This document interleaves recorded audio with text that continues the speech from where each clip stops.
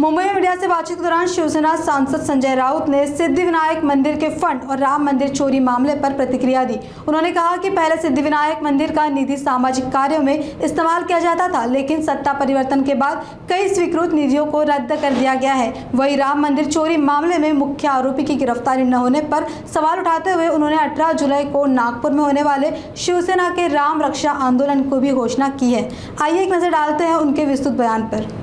असं आहे की सिद्धिविनायक मंदिर आम्ही ज्या पद्धतीनं सांभाळलं आणि त्याचा त्याच्या निधीचा जो सामाजिक कार्यासाठी विनियोग केला तो यापूर्वी कधीच झाला नव्हता।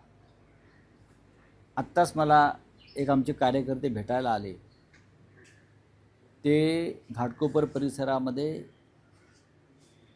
डायलिसिस केंद्र उभं करतायत।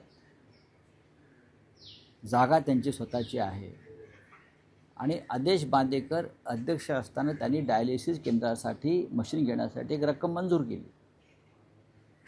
त्यानंतर सत्ता बदलल्यावर जेव्हा ते कार्यकर्ते नव्या अध्यक्षांना भेटायला गेले तेव्हा त्यांनी ते डायलिसिस केंद्रचा निधी रद्द केला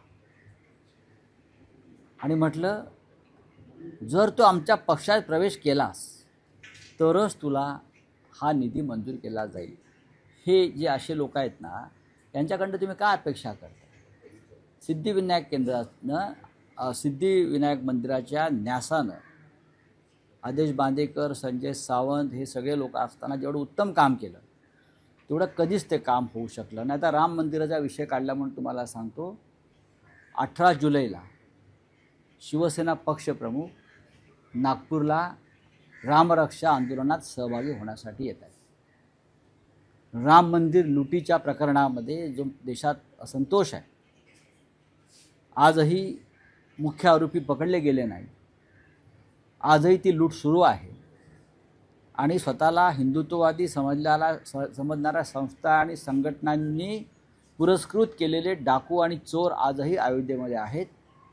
त्यांनी राम मंदिराची आणि रामाची पूर्ण बदनामी केलेली आहे आणि म्हणून शिवसेनेनं रामरक्षा आंदोलन जे सुरू केलं आहे त्याचं एक पहिला टप्पा मुंबईत पार पडला।